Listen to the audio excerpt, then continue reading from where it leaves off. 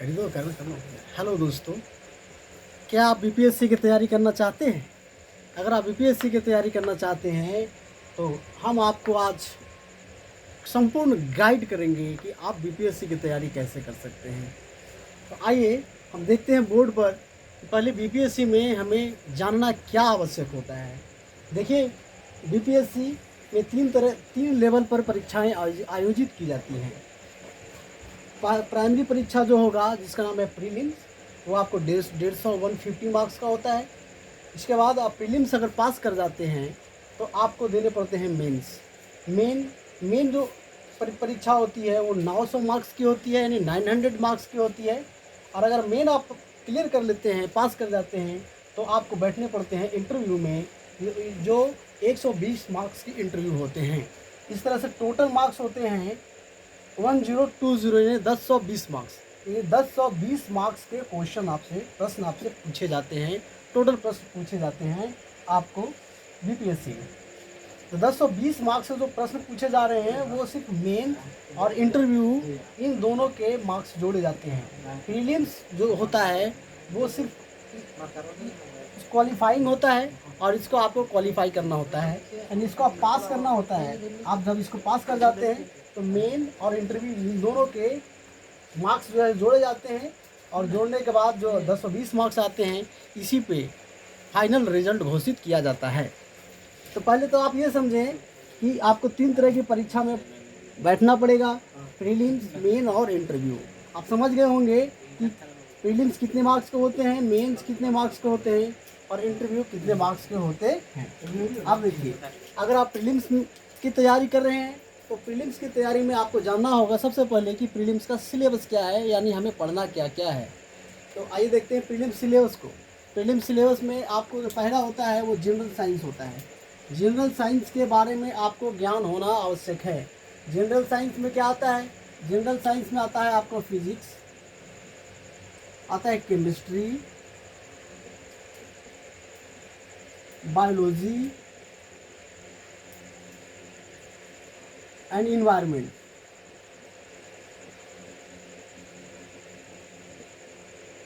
ये आपका general science का पोर्शन होता है जिसको आपको कवर करना आवश्यक होता है।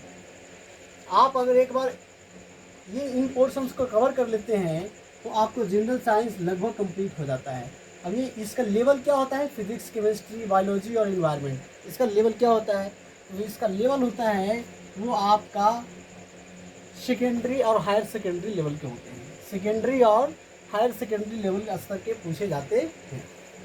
अब इसके बाद है आपको जो सेकेंड टॉपिक पढ़ना होता है वह होता है national events of national and international importance.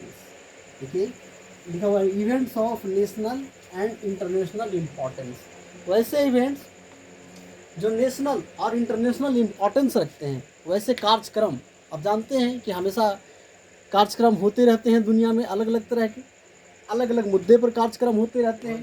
तो उन मुद्दों में से जो मुद्दे नेशनल और इंटरनेशनल इम्पोर्टेंस रखते हैं, उन इवेंट्स को जानना होता है, उन इवेंट से क्वेश्चन पूछे जाते हैं। तीसरा आपको टॉपिक जानना जो होता है वो है history of Bihar and India. ये history of Bihar and India, इसका जो सिलेबस होता है ये आपको 6 to 12 तक का जो एनसीईआरटी बुक्स है या बीटीबीसी का जो बुक्स है, इसको आपको कवर अप करना पड़ता है अच्छी तरह से। तो इस तरह से history of Bihar and India, आपको इन दोनों का हिस्ट्री पढ़ना होता है, बिहार का भी हिस्ट्री पढ़ना होता है और इंडिया का भी हिस्ट्री पढ़ना होता है। अब इसके बाद आपको फोर्थ टॉपिक जो आता है वो होता है geography of Bihar and India. उसी तरह से ज्योग्राफी आपको पढ़ना होता है, बिहार का भी पढ़ना होता है ज्योग्राफी, और इंडिया का भी ज्योग्राफी पढ़ना पड़ता है। फिफ्थ टॉपिक जो होता है Indian polity and economy. Indian polity and economy जो आपको 5वें पेपर टॉपिक के रूप में आपको पढ़ना पड़ेगा।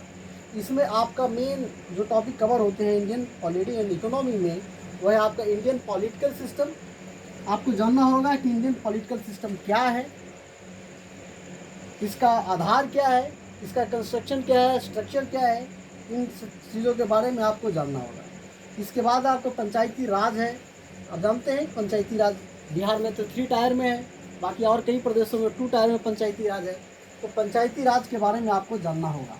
इसके बाद है community development. Community development programme समय समय पर भारत सरकार द्वारा आयोजित की जाती रही है। तो ये कम्युनिटी डेवलपमेंट प्रोग्राम से भी प्रश्न पूछे जाते हैं, जिसको आपको जानने की आवश्यकता है।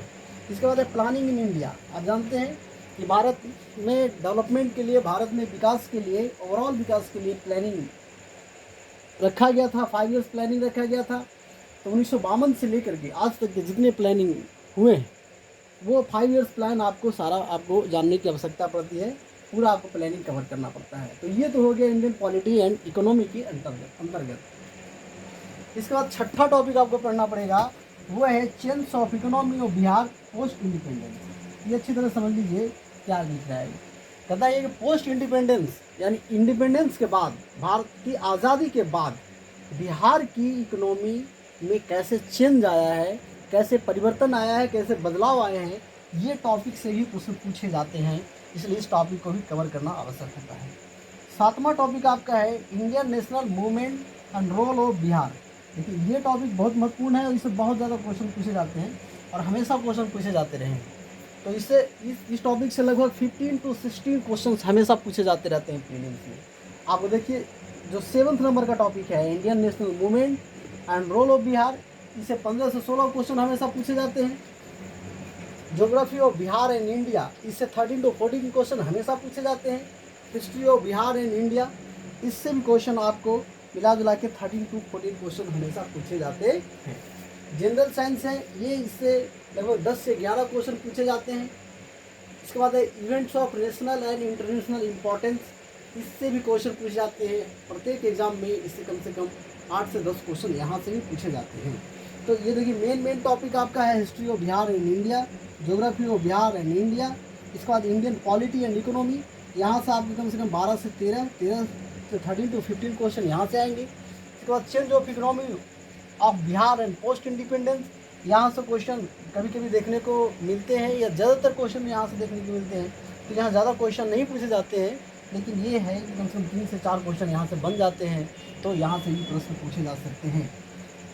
इसके बाद है Indian national movement and role of Bihar, यहाँ से ज़्यादातर क्वेश्चन पूछे जाते हैं। और इसमें से जो सबसे इम्पॉर्टेंट टॉपिक होता है वो है आपका रिसर्जेंसी इन 19th सेंचुरी, जो 19वीं शताब्दी में जो पुनरुत्थान हुआ भारत का, सांस्कृतिक सामाजिक जो पुनरुत्थान हुआ, उस पुनरुत्थान से संबंधित क्वेश्चन बनते हैं।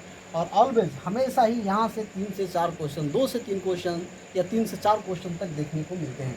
तो ये टॉपिक भी आपको बिल्कुल अच्छी तरह से क्लियर करना पड़ेगा, कवर करना पड़ेगा। इसके बाद है इसमें nature and growth of nationalism. ये देखिए ये टॉपिक भी आपको कवर अप करना पड़ता है, ये हिस्ट्री का ही टॉपिक है। और ये सारे टॉपिक्स आपको हिस्ट्री के पेपर में, हिस्ट्री के बुक्स में आराम से 9th 10th 11th 12th के बुक्स में आपको आराम से मिल जाएंगे। आप इधर NCERT के बुक्स पढ़ सकते हैं, BTBC के बुक पढ़ सकते हैं।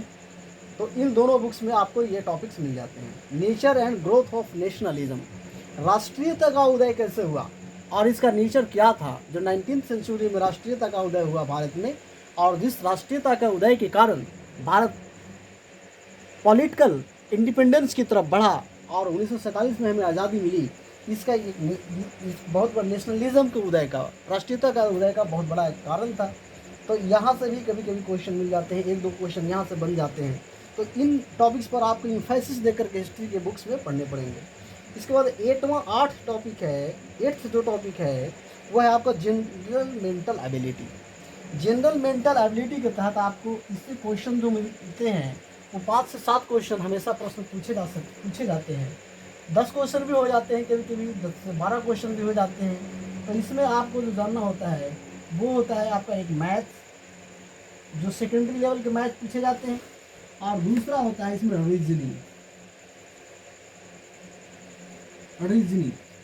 रीजनिंग भी 4 से 5 क्वेश्चन हो सकते हैं, पूछे जाते हैं। और मैथ पूछे जाते हैं 5 क्वेश्चन के आसपास, 4 से 5 से 6 क्वेश्चन पूछे जाते हैं। तो इस तरह से यहाँ से भी 10 से 12 से अधिकतम 15 क्वेश्चन तक पूछे जा सकते हैं। 10 से 12 क्वेश्चन यहाँ से तो पूछे ही जाते हैं। तो आप ये समझ लीजिए कि अगर आपको पीटी क्लियर करना है तो आपको इन सिलेबस को कवर अप करना पड़ेगा, अच्छी तरह से कवर अप करना पड़ेगा, तभी आपका पीटी क्लियर हो सकता है। अब आप अब आप पूछ सकते हैं कि इन सिलेबस को कवर करने के लिए मटेरियल्स क्या हम अपनाएं, क्योंकि ये तो सिलेबस हो गया, और इन टॉपिक्स में इन सिलेबस को कवर अप करने के लिए आपको चाहिए मटेरियल, आपको चाहिए बुक्स। बुक्स बहुत मायने रखते हैं, क्योंकि सही बुक्स आपको सही मटेरियल प्रोवाइड करता है। सही बुक्स और सही गाइडेंस आपको सफलता की तरफ अग्रसर करता है। तो पहले तो आप ये समझ लें कि आपको सिलेबस बिल्कुल ग्रास्प होना चाहिए, आपको ये अंडरस्टैंडिंग होना चाहिए कि हमको बीपीएससी की अगर तैयारी करना है तो हमें कितने मार्क्स के कितने टायर में हमको एग्ज़ाम फेज में एग्ज़ाम देने पड़ेंगे, और कितने फेज़ में जो एग्ज़ाम देने पड़ेंगे वो प्रत्येक फेज़ में कितने मार्क्स से क्वेश्चन रहेंगे, आपको मोटे तौर पर जो है ये माइंड में आपको सेटअप रहना चाहिए। तो आप देख रहे हैं यहाँ बॉक्स में बना हुआ है, प्रीलिम्स में आपको 150 मार्क्स के क्वेश्चन पूछे जाते हैं। इसमें आपको एवरी ईयर का जो ट्रेंड देखा जा रहा है, खासकर बीपीएससी में जो ट्रेंड देखा जा रहा है, वो 70% मार्क्स आपको लाने पड़ते हैं। आप अगर 60 से 70% मार्क्स के बिटवीन में अगर मार्क्स लाते हैं तो आप सेफ हैं, सुरक्षित हैं कि आपको प्रीलिम्स हो जाएगा। 60 से 70 का प्रतिशत का मतलब है 15 6 का 90, यानी आपको कम से कम 90 से लेकर के 120 मार्क्स 125 मार्क्स तक अगर आप लाते हैं तो आप